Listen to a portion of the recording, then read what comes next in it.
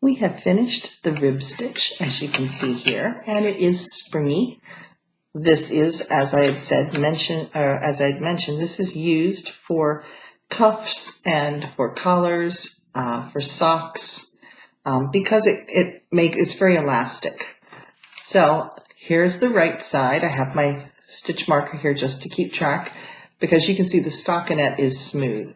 If I reverse this, you can see this is the back side, and this is the stockinette. So you can see this is mostly, it's called reverse stockinette, but it would be the back side of your stockinette, so it would be mostly pearls, is what you're seeing. So today we are actually going to do the basket weave. The basket weave is a combination, a lot of like what you've already done between your knitting and your purling, except you're going to form little squares, so it's going to look like a checkerboard. So what we're going to do, we have 50 stitches across. So we are going to do them in blocks of 5 stitches each.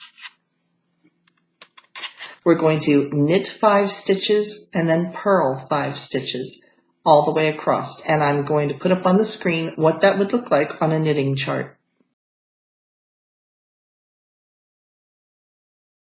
Okay, let's get started with knitting 5. 1, 2, 3, 4, 5. You're doing just like you did with the rib stitch. You're going to bring the yarn forward between the 2 needles. You don't want it to be wrapped around or you will create a hole. It's called a yarn over. We don't want to do that yet. So you're going to bring your yarn to the front and you're going to purl 5 stitches. 1, 2, 3, 4, 5. Bring the yarn back to the back again. See, it's coming in through the back and back to knitting 5. So stop the video here and go all the way to the end of your row. All right, we have gone all the way across.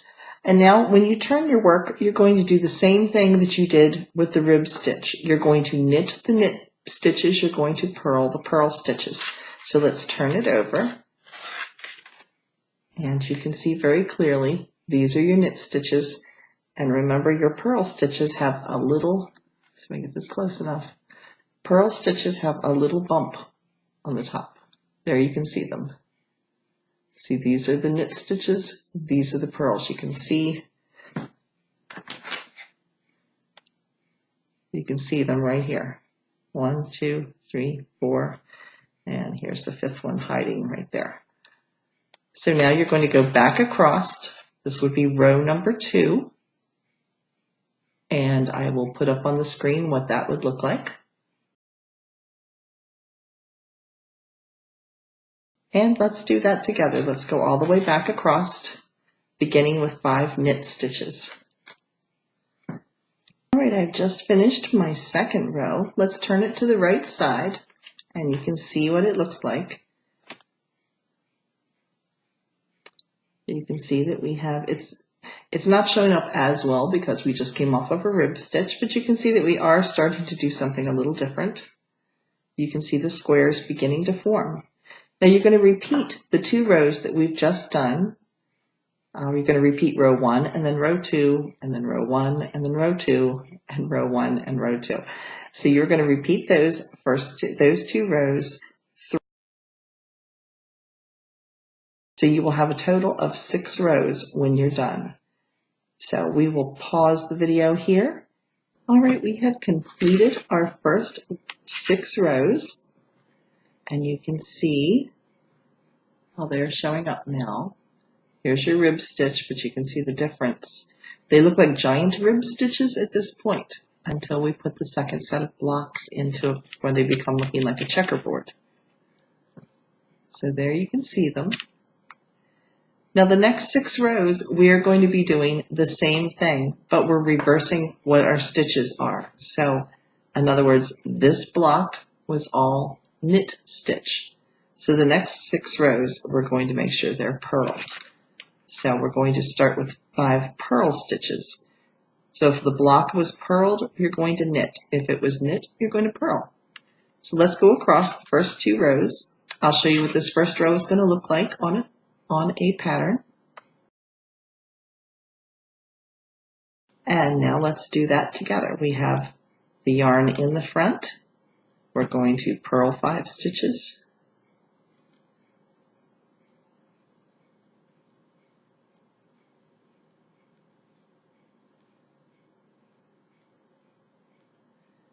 Then we're going to knit 5 stitches.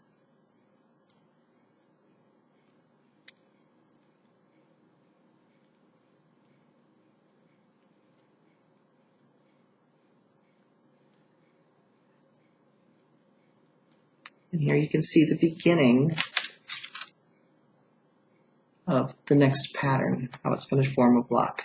So we're going to go all the way across the row, doing purl 5, knit 5 to the end. You should have ended with 5 knit stitches. So now we're going to turn our work to the wrong side. And again, we are going to purl our purl stitches and knit our knit stitches. So you're going to again begin with purl 5 and then knit 5. And you're going to repeat that all the way across the row.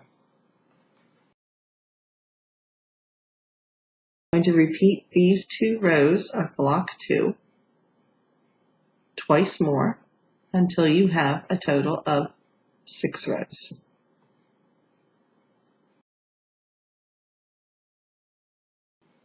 All right, we have now completed our second set of blocks, and here you can very, very clearly see our checkerboard or basket weave pattern. So you are going to repeat the pattern for block number 1 and block number 2 until you have a total of 6 blocks going up. So we have 2, so you're going to repeat this for blocks 1 and 2. You're going to repeat it 2 more times so that you'll have a total of 6 blocks. So that is what the finished product looks like, and it's the same on the front and the back. Unlike the other patterns, like our stockinette, which had a definite front and back, the rib stitch and the basket weave stitch do not in our case because they're equal numbers of stitches. So here is an up-close picture.